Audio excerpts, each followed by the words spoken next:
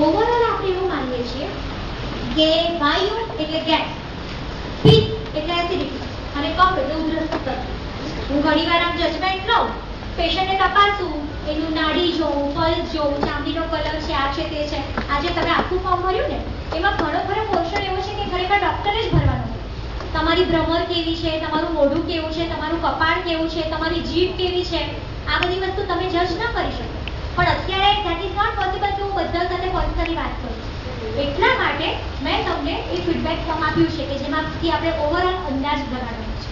એટલે આ વસ્તુ એવી છે કે જ્યારે હું કોઈ વ્યક્તિને એવું કહું કે ભાઈ તમારી વાયુ અને પિત્તની પ્રકૃતિ છે, એટલે મને શું કહેશે, બેન કેવી વાત કરો, મને કોઈ દિવસ ગેસ પણ નથી થતો, કોઈ દિવસ એસિડિટી પણ નથી થતી. ઓકે, ગેસ અને એસિડિટી અલગ વસ્તુ છે અને તમારી વાયુ અને પિત્તની પ્રકૃતિ હોવી અલગ વસ્તુ છે. સમજાય છે? ઓકે, તો દિનચર્યા અને પ્રકૃતિ આ પહેલો પોઈન્ટ. બીજો પોઈન્ટ છે ઋતુચર્યા અને પ્રકૃતિ.